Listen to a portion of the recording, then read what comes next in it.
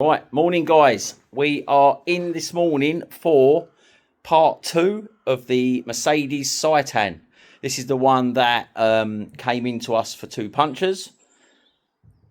When we discovered underneath, it was all smashed in, clearly been damaged. So, as you can see, on the ramp, and we have got the parts. I'll quickly just show you what we've got so far. So, we have got a near side lower arm. We've got the crash bar and bolts. We have got a second-hand subframe, and we've also got the crash bars for the front. So it was fun getting that in with no steering. So we was on the skates. But what I'll do is we will get the time lapse going. I'm gonna have fun with that, and I'm gonna be cutting bolts out and doing all of that. So we'll get the time lapse going, and we'll see how we get on with this one. Hopefully we can get it rolling.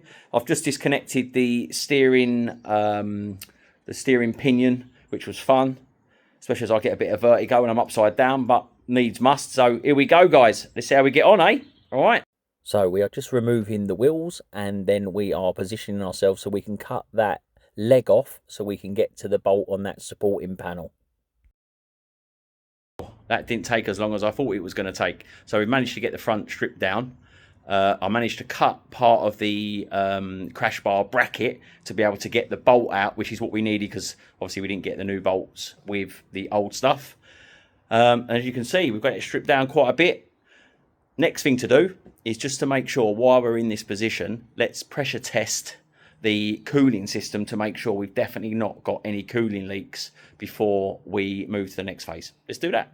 Pressure cooling the system, not that difficult to do. Good thing is we've got a set for that. I'll quickly show you what we got. So just a nice little set here, which comes with the vacuum, the pressure pump, lots of different adapters. I'm assuming it's probably going to be something like that. So let's have a look what we got. Oh yeah, there we go. Just make sure it seals all right. Yeah, and then all we're going to do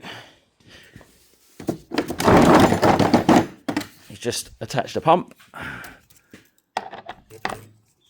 Also doing this one-handed as usual, not that easy to do. And then all we're going to do, we're going to pump it up, and then we're going to see if we've got any coolant leaks.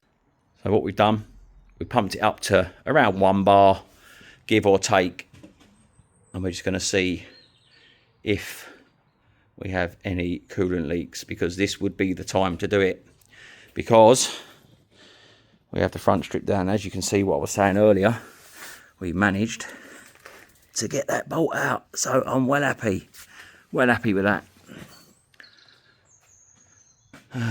So we are going to see now whether we've got any coolant leaks. So we now have the support holding the lower support bracket while we undo the subframe, and my lovely wife helped me get this one out. So unfortunately we have a leak, and it's not from the front, which is what I was expecting. Look along there, but no, it's not. Look, it is leaking from the rear. So not from the front, which is what we was expecting it to do, because bearing in mind it's had a front impact. We are now going to have to strip down, probably easier from the top, to see where we are leaking from. So never simple, is it? It's never simple. Right, taking 5 minutes. That has been a productive morning. We have managed to get the bolt out that was wedged underneath the crash bar. The subframe is now off. We've pressure tested the cooling system, and we have found a leak, which looks like it's coming from the plastic thermostat housing. So we've just ordered that, but let me show you where we are so far. So, as you can see, subframe is off. Crash bar current, well, I say lower support bracket is being supported as we speak.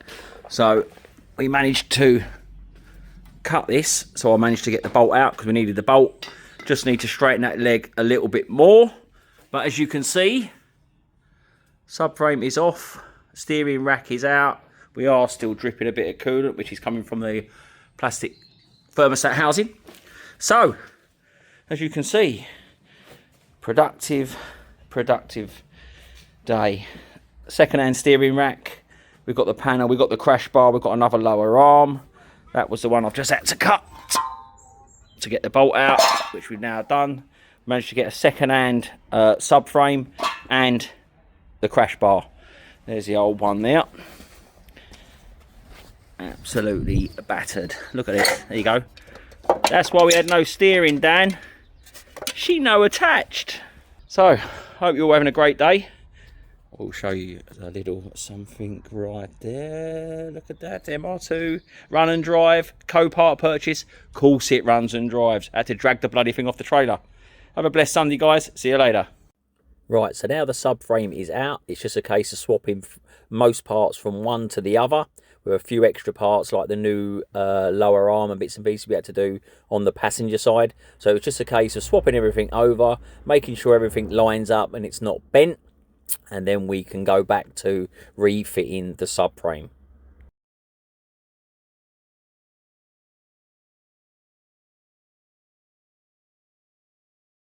Now we are ready to put the subframe back up.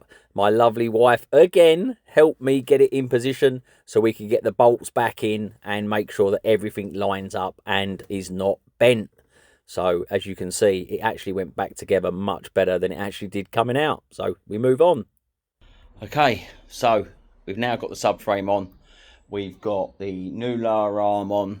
We've got the wheels back on. We've got the steering rack in. That's been a long day, but we've got there. So we're going to start it up and see if we can drive it out of here, ready for the next round of parts. So what I'll do, as you can see, got the jump pack on there.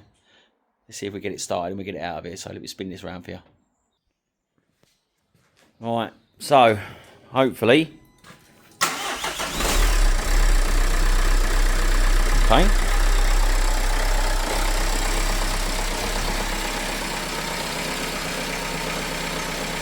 Let's see if we can get it out of here.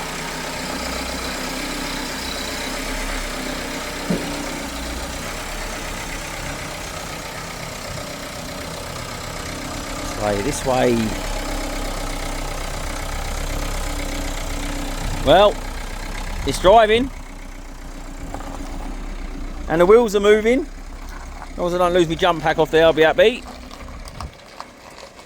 Right, so a fair day's work on that, but definitely moving in the right direction. So next thing will be, get the bumper on there, we'll get the fog light done. We've got a plastic thermostat housing to do on that. And then we move on to the next one, the GTI, which is sitting right there. So we'll get the GTI done, and then maybe I'll tell you about what happened to the MR2 dramas.